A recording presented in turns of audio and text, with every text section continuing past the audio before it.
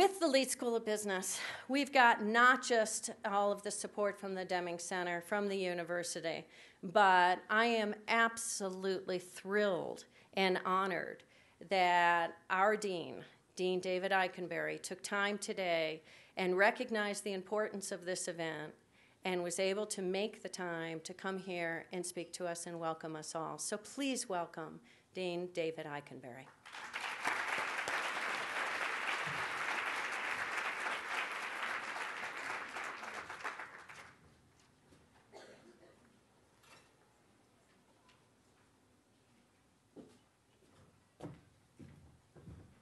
Good morning, everyone.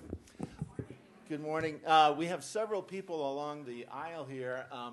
Please come in and find a chair, and I will stall a little bit while you're finding a chair, but please get comfortable.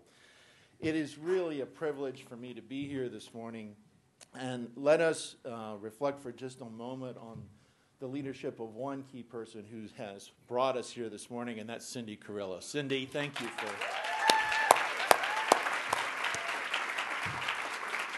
for everything you've done. You know, in listening to Cindy's comments this morning, you know, I learned a little bit more about her. And to understand that she is chair of all things wild, I think that's correct. Yeah. Also, Cindy, I thought I was the only one who had authority to give classroom excuses for all the students. So apparently I've been put in my place this morning. But thank you, and thank you to the students who are here. There are faculty from our school here. And I want to just say how privileged it is for the Lead School of Business, for the Deming Center, for us to participate in this event. And I just, before I get on with the real reason I'm here, which is to introduce a great friend of this organization, I just wanted to take a moment of privilege. Today is February the 1st, and it was 2 years ago today that my bride and I, Nancy Ikenberry, we moved from the University of the plains of Central Illinois, the University of Illinois, here to the University of Colorado. It's 2 years today that I started my leadership quest at the Lead School of Business, and it has just been a wonderful, wonderful rocket ride.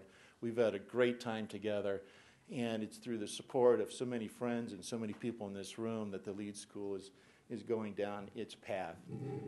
That video that we had this morning, I just wanted to reflect on a few of the things that I saw in the first 2 minutes of that, because what I heard in those two minutes was several women reflecting on their understanding and their appreciation for this word leadership, that third letter in this word, wild. Leadership is core to why we are here, in my humble opinion. I am not a scholar of leadership. I wish I were. I happen to be a humble economist, the science of the dismal. But leadership, frankly, is why we're here. Leadership is profound to changing our world, to making society a better place. And those 12 women expressed in their words this difficult concept of what leadership means. So I'll give you my simple definition of it because I think it drives my thinking of life. But leaders have, amongst other things, leaders have two key qualities. They have a perception of vision and strategy. They have an understanding of where they are or where their institution is, institution in a broadly defined way. And they have a vision, or they can build a vision of where it needs to go. And that's a strategic idea, that's a critical idea that's important if we're to change society. But leaders have one other key core dimension to them. And in other words, if the first issue is identifying point A and point B, leaders have this other core ability, which is the how do we get there part.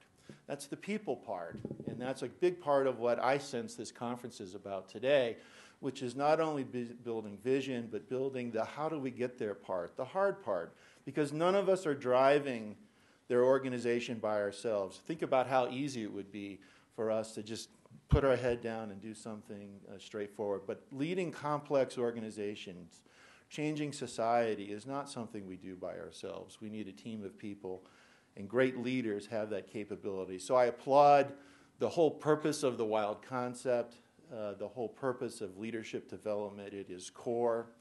It is not a gender-neutral thing. We do need a point in society where it is boring, Cindy, for a female of a Fortune 50 company to be driving forward, where that doesn't hit the pages of the New York Times, and I applaud you in what you're trying to do here today. A woman who exemplifies this is a woman by the name of Sherry Leopard, who will be coming forward here in just a minute. She's a dear, dear friend, but Sherry is a leader in Colorado. She pioneered a business-to-business firm, Sherry Leopard Communications. She sold that to Ogilvy One in 2006, and you'll see the linkage there in a moment. But Sherry, too, is a leader of people. Sherry is one who sees vision and in her own way finds a way to connect the point A to the point B. She's a dear friend to the University of Colorado, to the Leeds School of Business, and she's a friend of mine. Sherry, please come forward.